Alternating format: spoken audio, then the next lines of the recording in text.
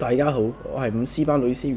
一個城的陷落成全了它，傳奇裏的傾國傾城的人大抵如此。大家知道呢一句説話嘅出處嗎？冇錯，呢一句説話就出自才女張愛玲嘅《傾城之戀》。《傾城之戀》發表於1943年，係張愛玲短篇著名小説之一。故事發生喺上海同香港。來自上海大戶人家嘅白流蘇，喺經歷咗一段失敗嘅婚姻之後，返到娘家，歷盡參差嘅白眼。偶然機會下，白流蘇認識咗瀟灑多金嘅單身漢范柳原。佢拎自己做賭注，博取范柳原嘅愛情。佢哋喺香港同遊咗一段時間，卻始終冇確認關係。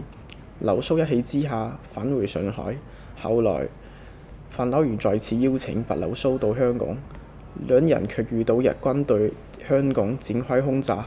經歷數月嘅炮火驚嚇後，兩人相互依伴，最後結婚並返回上海。呢一個故事嘅寫作背景係當時顯赫高尚嘅淺水灣酒店，即今日嘅淺水灣影灣苑。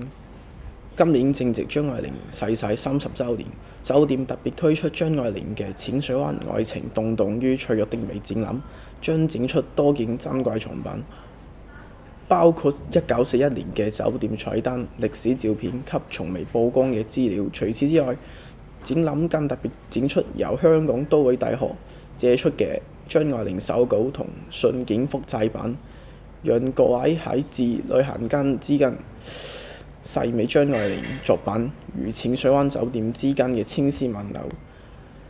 展覽日期為2025年10月1日至2026年3月1日，門票正價每位港幣40元，學生更可以用特惠票價港幣20元參觀一睹張愛玲嘅內心世界。如果想對張愛玲有更深入嘅認識，你還可以參加酒店房星期6日及公眾假期嘅舉辦嘅導賞團，認識張愛玲與香港嘅浪漫邂逅。今日 6J Camps TV 到此為止，我哋下次再見。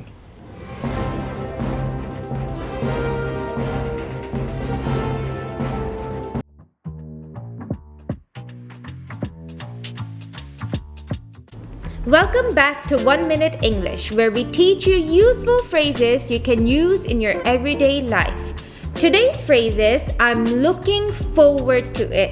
呢個係咩意思啊 Miss Lisa？ So this is to show excitement about something that will happen in the future. 即係呢個可以用嚟表達對未來某啲事情嘅期待。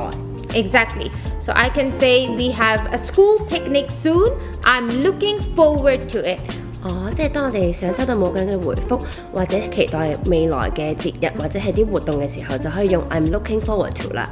And I hope all of you have something fun to look forward to. That's it for today. See you next time.